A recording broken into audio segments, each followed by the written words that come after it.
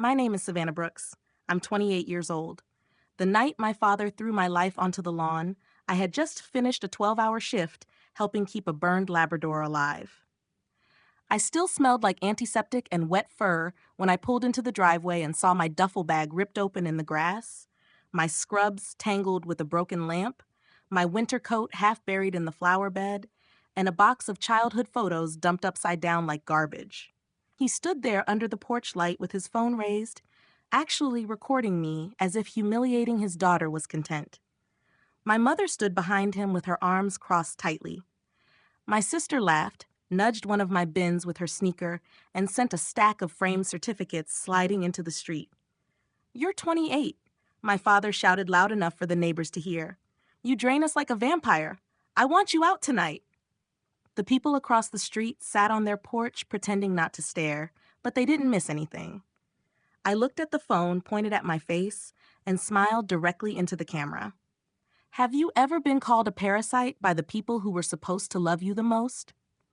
In that exact moment, something inside me went cold.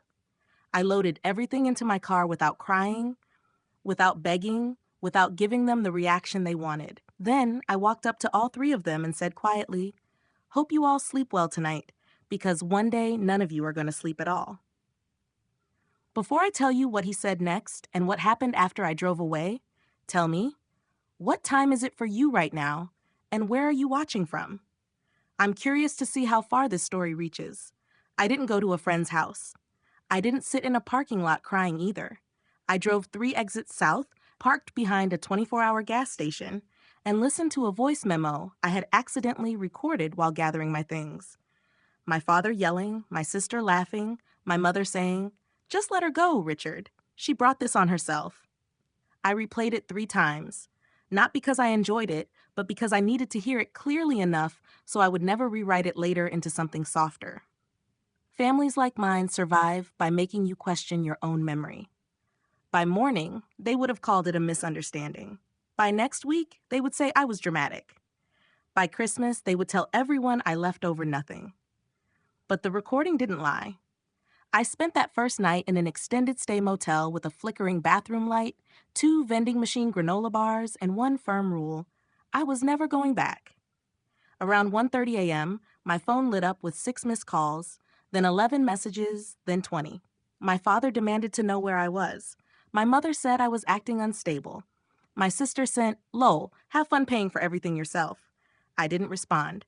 I took screenshots, made a folder, and named it "When They Start Lying."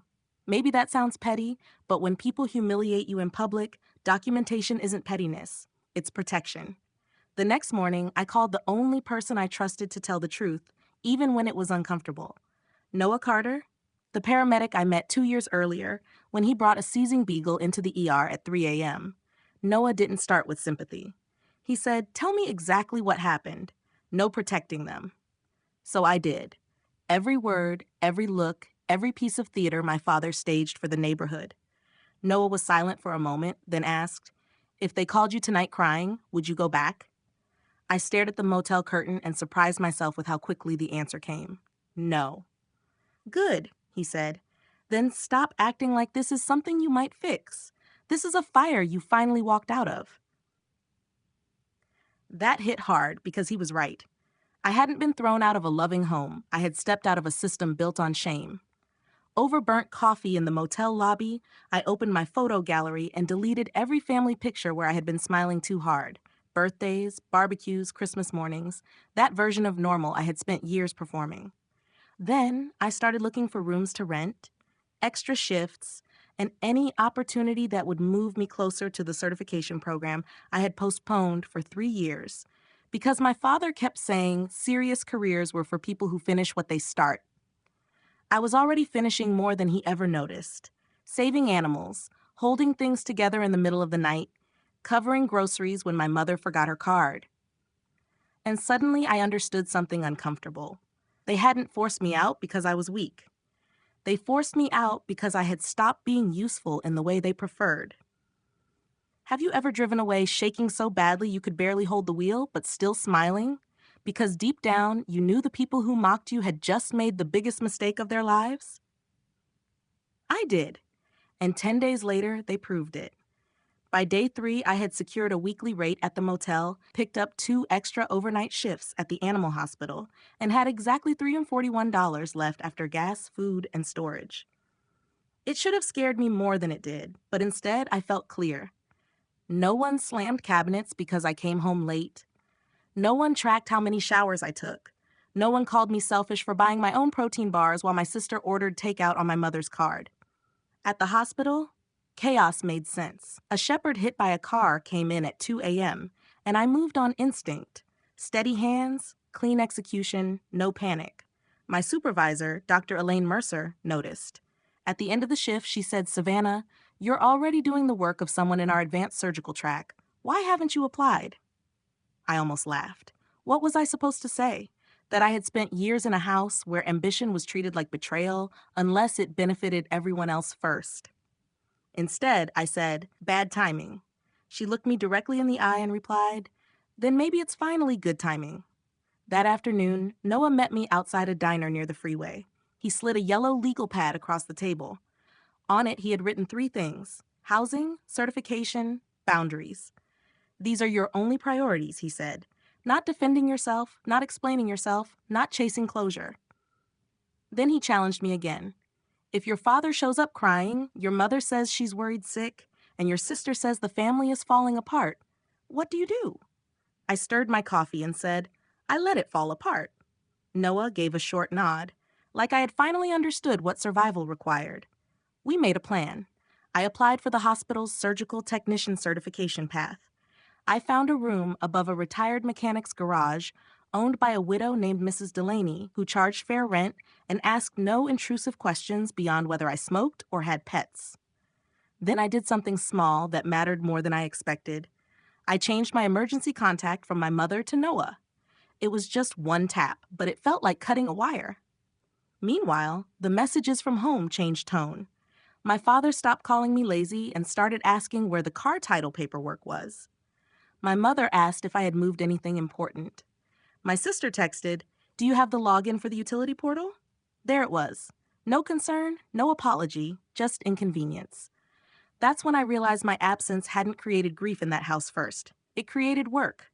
I had been the one managing the dog's medication refills, the online bills, grocery orders, and pharmacy runs when my father was too tired. I wasn't a burden. I was unpaid infrastructure. Once I saw that, the entire family narrative collapsed. By the end of the week, I moved into Mrs. Delaney's garage apartment with 2 duffel bags, a folding chair, and a mattress from Facebook Marketplace. The place smelled faintly of sawdust and old paint. It was perfect. On my first night, I sat on the floor eating takeout lo mein from the carton, surrounded by unpacked boxes, and listened to the silence. Real silence. Not the tense kind before an argument. Not the fake calm where one comment could start everything.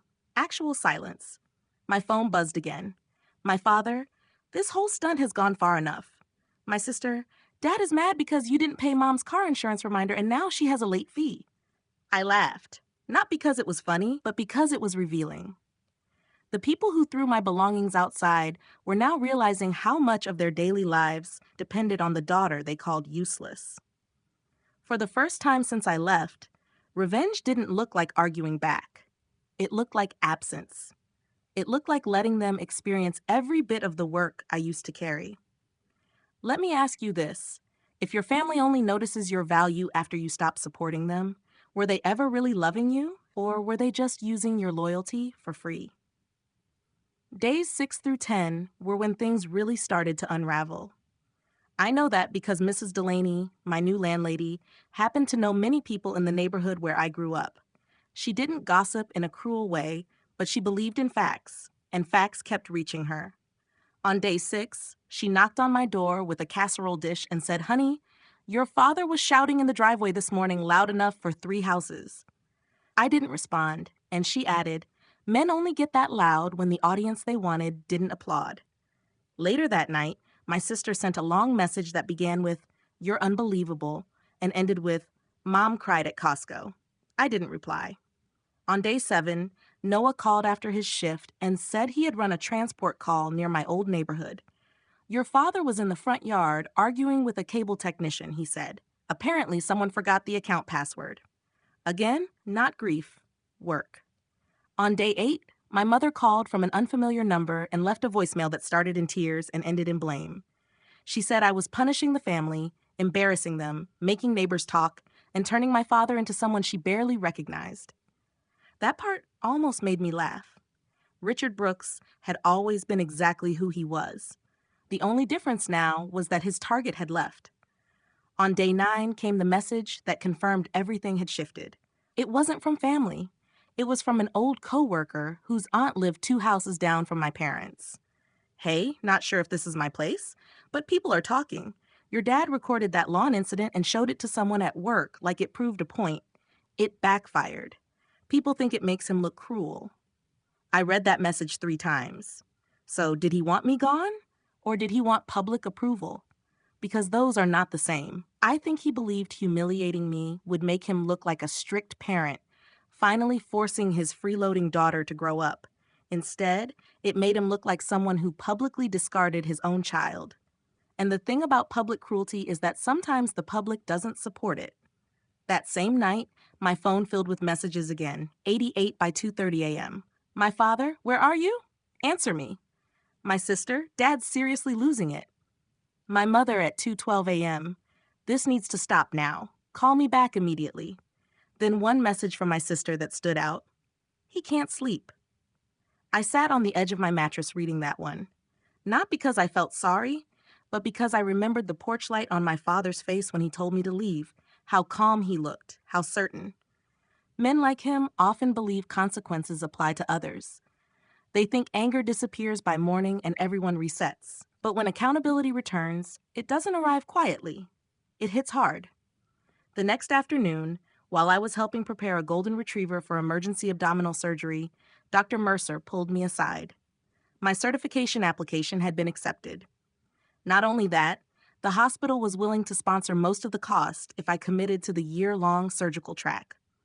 I should have reacted emotionally, but instead I felt a quiet, steady sense of validation. The same week my father was losing control because I stopped managing his household, I was stepping into the career he always implied I wasn't committed enough to pursue. That night after my shift, I listened to all the voicemails. My father no longer sounded angry. He sounded worn down. My mother sounded anxious. My sister sounded frightened in a self-centered way, like someone realizing the system that protected her was starting to collapse. Later, Mrs. Delaney told me she heard another argument at the house. My father blaming Tessa for what happened on the lawn, Tessa shouting back that he started it by filming, and my mother crying that they needed me to fix everything. Fix it. That word stood out because it raises a question. Is a family falling apart because you left, or because for the first time there's no one left to carry the weight? The answer was clear. I wasn't the cause of their dysfunction. I had been the buffer hiding it. The first time I answered my father after leaving wasn't because I softened. It was because I wanted the truth in his own words. 10 days after he threw my belongings outside, he called while I was in the hospital break room, eating crackers from a vending machine. I started recording before I picked up. "What?" I said. He didn't even begin with a greeting. "Where are you, at work?" Don't get smart with me. Same tone, same entitlement, as if forcing me out had been discipline rather than damage. He launched into a rant about my mother being stressed, Tessa being difficult, neighbors talking, bills being missed, and how I was selfish for disappearing when the family was already under pressure. I let him speak. Then he said the one thing I won't forget. If you don't come home and help fix this, I'll make sure everyone knows what kind of daughter you are. I leaned back in that stiff chair, looking at the hospital wall, and smiled. There it was. Not concern, not regret, reputation. "You mean tell people you threw your daughter's belongings onto the lawn while recording it?" I asked. Silence. "Go ahead, Dad." Another pause. Shorter, sharper. "You think you're strong now because someone's been influencing you?" "No," I said. "I think I'm strong now because I can hear my own thoughts." He started to raise his voice, but I interrupted. "And just so we're clear, I recorded this call." The silence that followed was immediate. Then he hung up. I sat there for a moment and laughed. Not lightly, but with the clarity of someone who finally understands the pattern. I uploaded the audio file to a private folder alongside the original recording. Then I went back to work and helped stabilize a collapsed husky as if everything wasn't shifting in real time. That evening, Dr. Mercer officially offered me the sponsored surgical track position along with a raise tied to added responsibilities. I accepted immediately. She shook my hand and said, "You belong here, Savannah." It was a simple statement, but it stayed with me. At home, belonging had always come with conditions. At work, it was earned. When I returned to the apartment, Mrs. Delaney was outside watering her tomatoes. She looked over and said, "Your father stopped by." My stomach tightened. She shrugged. Didn't let him in. Told him if he wanted to raise his voice, he could do it from the street where everyone could hear. I appreciated that more than I expected. She handed me a folded paper towel with a number written on it. He left his number like you'd somehow lost it. Then she added, "People are talking, and not in his favor. Men who throw their daughters' belongings outside don't recover socially the way they expect." Apparently, a neighbor across the street had described the incident at my father's workplace as unstable behavior, and the story spread. Nothing extreme happened, he didn't lose his job, but people began to look at him differently. Quiet judgment, distance. The kind of consequence that unsettles people who rely on control. Around midnight, my sister texted, "What did you say to him? He's acting out." I didn't respond. A minute later, "Mom says this has gone too far." That one I answered. "It went too far the night he put my life on the lawn." She read it immediately. No reply. What stood out wasn't that they were struggling. It was that struggle finally made them see me as a person, not a role, not a function. Some people think revenge has to be loud or dramatic, but there's a specific kind of impact in becoming undeniable to people who built their comfort on ignoring you. Have you ever heard a parent who once dismissed you suddenly threaten your reputation because they realize yours may last longer than theirs? That's when I understood. I had already moved forward. 2 days later, my father showed up in person. Not at the old house or the motel, but outside Mrs. Delaney's garage apartment just after sunset, when the streetlights came on and the neighborhood quieted enough for every word to carry. I saw his truck first, then heard the knock. Firm, impatient, familiar. My body reacted before my thoughts did. Shoulders tense, pulse elevated, that old reflex returning. But I didn't hesitate. I opened the door with the chain still in place. Richard Brooks looked worn, not humbled, just strained. Red eyes, tight jaw, still wearing his work jacket like he hadn't changed. "We need to talk," he said. "We're talking now," I replied. He glanced past me, taking in the small space, the secondhand shelf, folding table, unpacked boxes. I could see judgment forming, but it didn't land the way it once did. This space, however small, was mine. "Your mother is a mess," he said. "Your sister cries every day. This has gone on long enough. You threw me out. I was angry. You recorded it." His expression shifted. "I didn't think." That pause affected him. Then he changed tone, attempting something softer that didn't suit him. "Savannah, I just wanted you to stand on your own feet." The revision was notable. The same action, reframed as intention. "I am standing on my own," I said. "That's what's bothering you." He looked surprised, and in that moment, I understood something clearly. Control had always depended on my need for his approval. Once that was gone, there was nothing left to pull me back.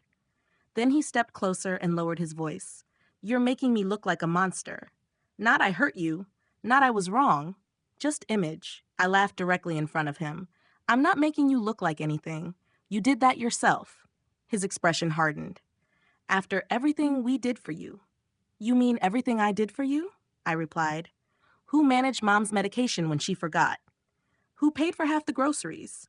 Who stayed home on weekends handling deliveries, paperwork, the dog, the bills? Who?" He didn't answer, because he couldn't. The silence between us carried every invisible responsibility I had managed while being told I was a burden. Then he said something quieter and harsher. "Families don't survive daughters like you." Maybe he meant disobedient daughters, observant daughters. Daughters who stop accepting narratives designed to keep them small. I'm not sure, but I opened the door just enough to meet his eyes and said, "Then maybe the family you built shouldn't survive." He flinched, actually flinched. Behind him, Mrs. Delaney's porch light turned on. A curtain across the street shifted. Someone was watching. Good. Let them. He made one last attempt and reached for my hand through the gap, but I stepped back. "Leave," I said. "Savannah." "Leave before I play the recording of you threatening me for everyone on this block." That ended it. He looked at me like I was unfamiliar. Maybe I was. Then he turned, walked to his truck, and drove off too fast. The moment he disappeared around the corner, my knees weakened, but I didn't cry. I locked the door, leaned against it, and steadied my breathing until the adrenaline passed. 10 minutes later, my phone buzzed. "Mrs. Delaney, proud of you. Also, your father sped off and nearly hit a trash can." 20 minutes after that, Noah called and stayed on speaker while I washed dishes, making sure I didn't sit alone replaying everything. Then another message came from an old neighbor. "Not trying to interfere, but your dad is being talked about heavily. People heard enough tonight to understand what's going on." Nothing exaggerated happened. No dramatic fallout, no sudden punishment. Just the steady social consequence of being recognized as the man who threw his daughter out and then followed her, still expecting compliance. For someone like Richard, that kind of exposure carries more weight than any argument. I won't say I felt nothing. There was grief. There always is when you close a door on a parent, even one who forced the situation. But there was also something close to relief. So here's the question most people avoid asking. When your father stands outside asking for control in the language of family and you still refuse, are you being cruel, or are you finally experiencing what autonomy feels like after years without it? A week later came the moment that brought everything together. An animal rescue fundraiser in the park near my old neighborhood. Our hospital sponsored it every spring, and since I had joined the surgical track, Dr. Mercer asked me to represent the clinic at the intake tent. I considered declining when I realized the location. Then I found out my parents would be at a community picnic on the other side of the same park. Of course they would be. Richard Brooks preferred environments with an audience. So I went, not for closure or reconciliation, but for my work, my future, and because I was done rearranging my life to avoid people who had tried to break it. I wore clean navy scrubs with the hospital logo, clipped on my badge, tied my hair back, and spent the first hour checking in foster dogs, answering questions and helping a young boy overcome his fear of touching a tripod pit mix named Rosie. I was capable, calm, effective, useful in ways that had nothing to do with meeting my family's expectations. Around noon, I saw them across the field. My mother at a folding table, my sister holding paper plates, my father laughing too loudly with two neighbors, performing normal so intensely it looked forced. Then someone noticed me in uniform, not as the daughter from the lawn, but as a veterinary professional helping run the event. The shift was immediate. A neighbor from across the street approached and said, "Savannah, I had no idea you worked in emergency animal care. That's wonderful." Interesting word, considering the last time she saw me, my belongings were in the yard. Another neighbor asked if it was true I was in a specialty training program. Dr. Mercer, overhearing, answered for me. "She's one of the best techs we have, loud enough for others nearby to hear." My father heard. I knew because when I looked over, his expression had changed. Public humiliation had introduced me one way. Public competence was now presenting me another, and this version came with witnesses who respected me. My sister approached first. Tessa looked different, less confident, more tired, as if she hadn't been resting well. "Can we talk?" she asked. "You can talk," I replied. She glanced toward our parents and lowered her voice. "Everything's been chaotic. He yells constantly. Mom keeps crying. People keep asking questions." I let that sit. Then she said, "I didn't think it would go this far." There it was. Not full accountability, but closer than before. "You kicked my bag into the street," I said. She swallowed. "I know." You laughed. Her eyes filled immediately. "I know." I believe she regretted it. I also understood that regret doesn't undo impact. "You don't get to rely on me as a sister only when things fall apart," I said. "That situation existed before I left. You just weren't standing where I was." She started crying beside the rescue booth while families passed by carrying dogs. Not exaggerated emotion, just visible, uncomfortable reality. A few minutes later, my mother approached, her expression tight. "Please," she said quietly, looking around. "Not here." I almost smiled. Not here was the exact consideration they hadn't given me when they displayed my life publicly. "You made it here," I said. "All of it." She looked at my badge, my clipboard, my coworkers, and something in her expression shifted. Maybe it was recognition. Maybe it was understanding that I had built a life they had no role in shaping. Then my father walked over. No raised voice, no confrontation. That approach was gone now that the audience might not support him. He stopped a few feet away. "You look busy," he said. It was a simple statement, but it carried resignation. "I am," I replied. He looked around. The adoption tables, the staff, the families, the people greeting me by name. For once, he didn't seem to know which version of himself to present. Strict parent, wronged father, public victim, none of those roles applied. The reality in front of him was clear. The daughter he had tried to reduce to a burden had become difficult to diminish the moment she stepped outside his control. He cleared his throat. "People have been talking." "Yes," I said. "That tends to happen when someone throws their daughter's belongings onto a lawn." My mother closed her eyes. My sister looked down. He seemed like he wanted to argue, to reframe it, to say it had been exaggerated. But that kind of argument requires influence, and influence weakens when witnesses have already formed their own conclusions. "I didn't think," he started. "I know," I said. "That's the issue."